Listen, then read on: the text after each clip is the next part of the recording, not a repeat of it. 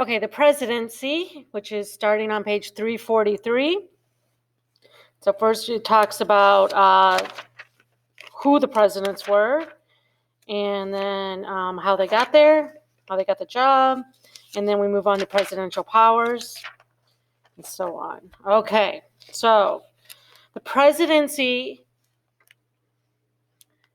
is an institution composed of the roles presidents must play, the powers at their disposal, and the large bureaucracy at their command. It is also a highly personal office.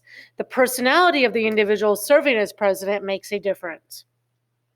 When a new president takes the oath of office, he faces many daunting tasks. Perhaps the most difficult is living up to the expectation of the American people.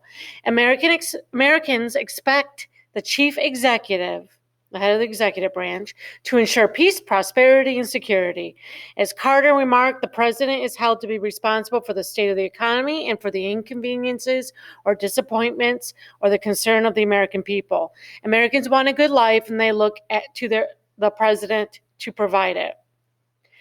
Americans are of two minds about the presidency. On the one hand, they want to believe in a powerful president, one who can do good. They look back longingly on the great presidents of the first American century, Washington, Jefferson, Lincoln, and some in the second, especially FDR. And I'll probably say in class, Franklin Delano Roosevelt was not liked by everybody. Our history has turned him into greatness, FDR. But there were people who did not like him, including my grandmother. And same with Ronald Reagan. He's considered great to conservatives, but there were many people who despised Ronald Reagan and still do. I would argue, many did not like Thomas Jefferson. And of course, lots of Southerners don't like Lincoln to this day. On the other hand, Americans dislike a concentration of power. Although presidential responsibilities have increased substantially since the Great Depression and World War II, there has not been a corresponding increase in presidential authority or administrative resources to meet these new expectations. Americans are basically individualistic and skeptical of authority. Quote, the distinctive aspect of the American creed is an anti-government character. Opposition to power and suspicion of government as the most dangerous embodiment of power are the central themes of American political thought. That's what Samuel Huntington says. Because Americans' expectation of the presidency are so high, who serves as president is especially important. Who has occupied the Oval Office? Obviously, Oval Office, the president's office in the West Wing of the White House is an oval shape, Oval Office.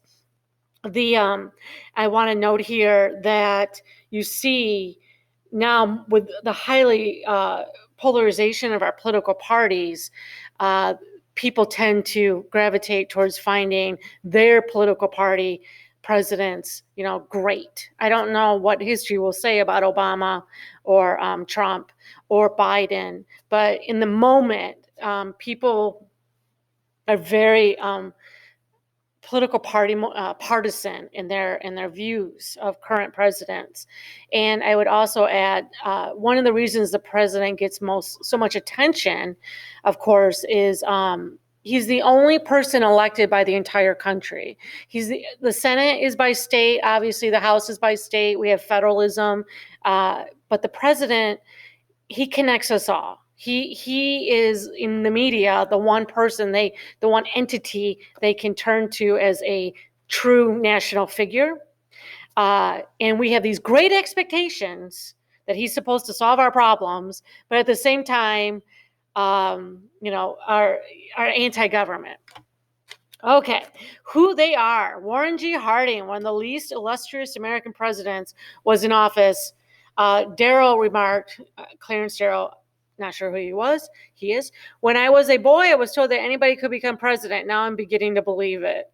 The Constitution simply states that the president must be natural born, 35 years old or older, and must have resided in the U.S. for at least 14 years. Before Obama was inaugurated as the 44th president in 2009, all American presidents had been white males, and except for John Kennedy, Protestant. So John Kennedy is the only Catholic.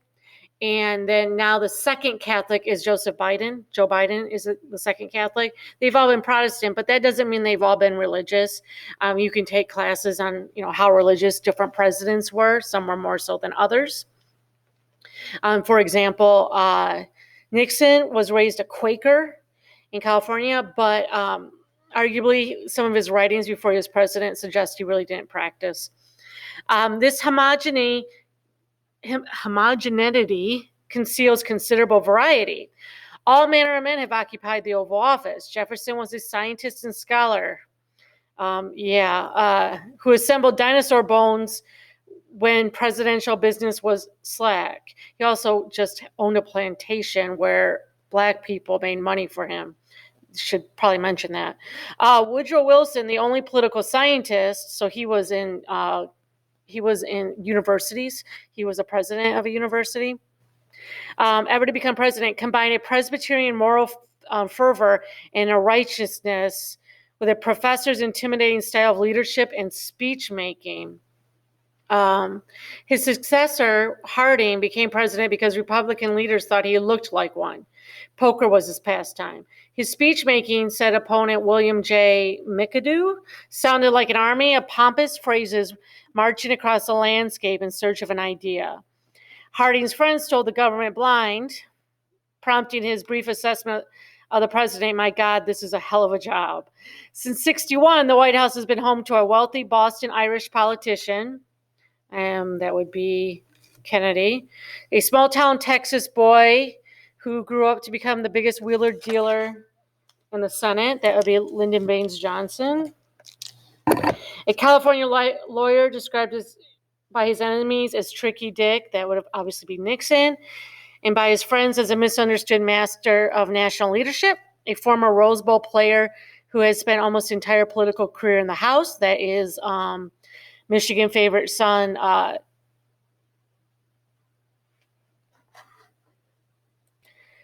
Gerald Ford. He went to U of M and played football there.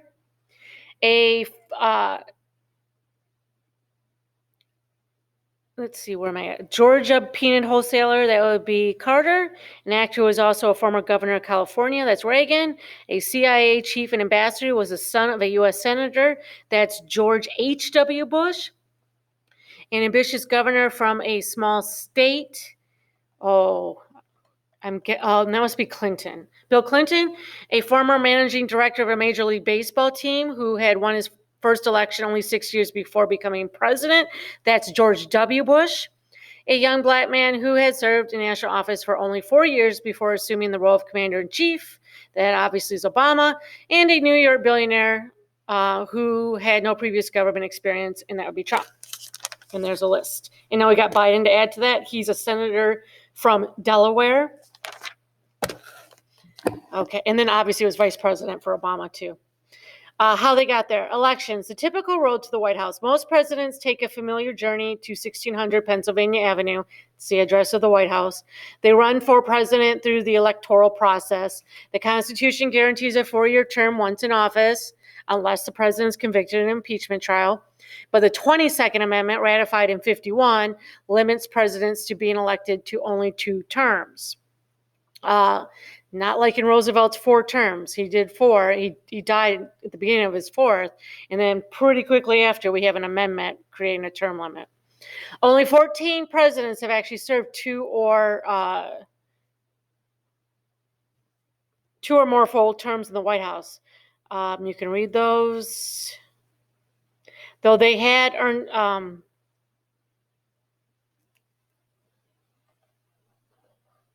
a few decided against a second term. 7 others thought they had earned a second term but found the voters did not concur. In other words, they lost. You could add Trump to that last category.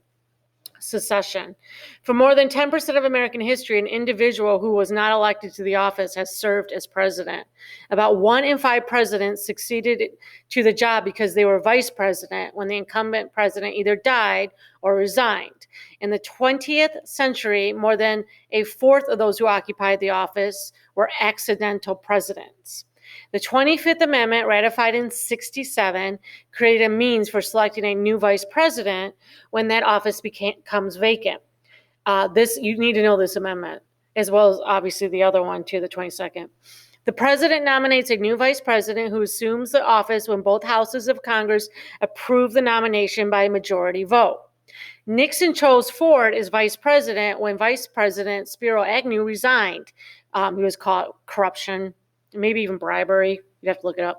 And Ford then assumed the presidency when Nixon himself resigned. Thus, Ford did not run for either the VP or the presidency before taking office. That's a test question, and usually that one's pretty easy because we live in Michigan. Gerald Ford was the Speaker of the House. Nixon picked him for the vice president to take over for Agnew. And then Nixon consequently resigns as well, thus putting Ford in the presidency. And then Ford never did not win re-election. So while he was president, he never was elected president or even vice president. Several times a president has become disabled, incapable of carrying out the job for weeks or even months at a time. After Wilson suffered a stroke, his wife became virtual acting president. Hopefully you learned that in U.S. history. The 25th Amendment clarifies some of the Constitution's vagueness about disability. The amendment permits the vice president to become acting president if the VP and the president's cabinet determine that the president is disabled, or if the president declares his own disability, and it outlines how a recuperated president can reclaim the Oval Office. A law specifies the order of presidential succession. So, the 25th Amendment, which had been talked about in the last few years, it has not, nowhere has the vice president and the cabinet yet said that a president is incapable of fulfilling the job. But there have been presidents who, since this amendment, who gave the vice president the job while they were in surgery, like heart surgery. I don't remember. You can look up if Reagan, when he was shot, but I'm not sure if that actually happened, if they gave the VP temporary power. But it has happened. The other note here, then, this is by Constitution, right? This is an amendment. This next part is not an amendment. This is law.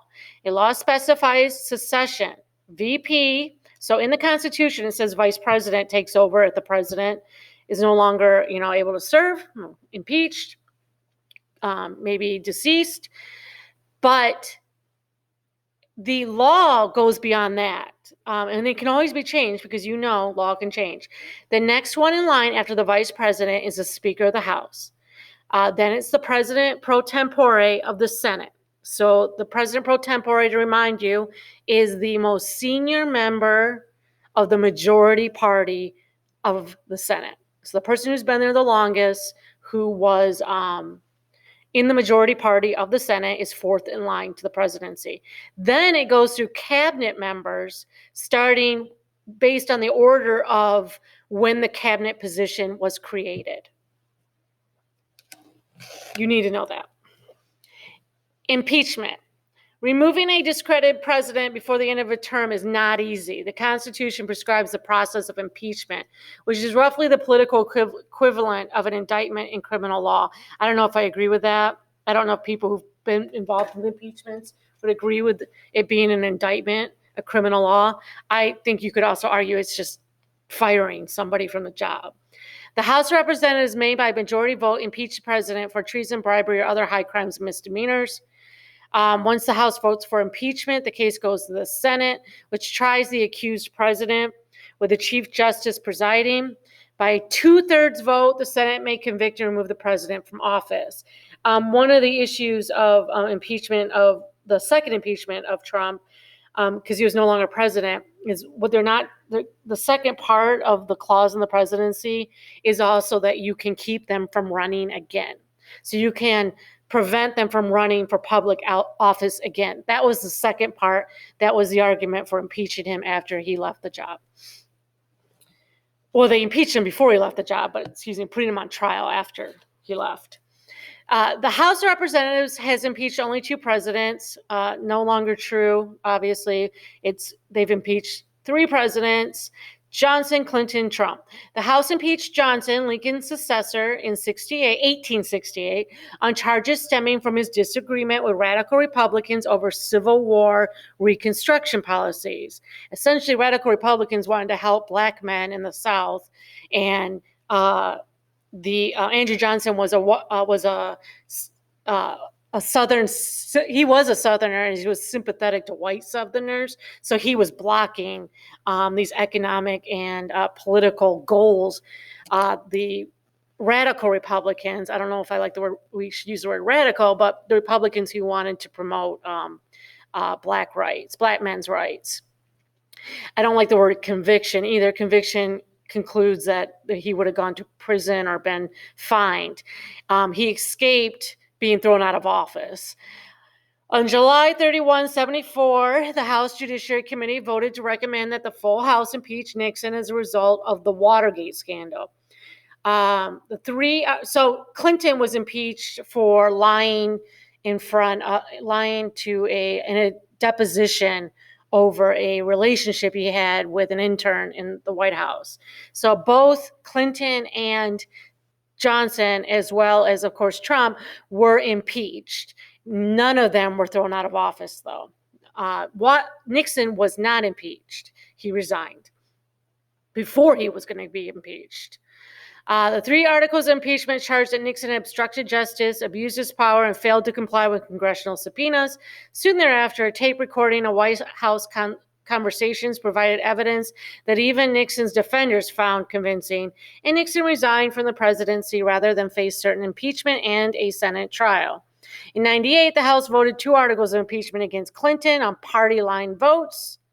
The public clearly opposed the idea, however. In 1999, the Senate voted to acquit the president on both counts. A lot of that was politics at that point. We can talk about it in class and look at it. The Constitution provides only the most general guidelines as to the grounds for impeachment. Article 2, Section 4, President, Vice President, all civil officers of the U.S. shall be removed from office on impeachment for and conviction of treason, bribery, or other high crimes and misdemeanors. There is agreement on at least 4 points regarding impeachable offenses. Arguably, they say agreement. I don't know. I think there's a lot of politics involved if we agree on whether we agree or not. But as it was written at this time, 1, impeachable behavior does not have to be a crime. If, for example, the president refused to work or chose to invade a country solely to increase his public support, his actions could be grounds for impeachment, even though they would not violate the law. The offense should be grave. Grave is eyes of the beholder. It should be, it should be a big deal. A matter of policy disagreement is not grounds for impeachment. Andrew Johnson was impeached in 1868 and survived conviction by only 1 vote. The real issue was his disagreement with Congress over the policy of Reconstruction following the Civil War. Johnson's impeachment is widely viewed as abuse of impeachment power. They were upset he was obstructing their plans. And remember, Johnson became president only because Abraham Lincoln, was assassinated. Andrew Johnson was chosen by Lincoln to be vice president to try to, connect with the Southerners, because he was a Southerner, and that did not, he wasn't planning on not being president. And then impeachment is an inherently political process. The grounds for impeachment are ultimately whatever Congress decides they are, because the Constitution assigns these calibrations to members' political judgment. So it's not rule of law. It's rule of Constitution, and that Constitution is very vague, and it gives, which I guess is rule of law. It's not rule of statute. In other words, it's not like a specific statute, which is written legislative law, has to be broken. It can be based on a political judgment by Congress.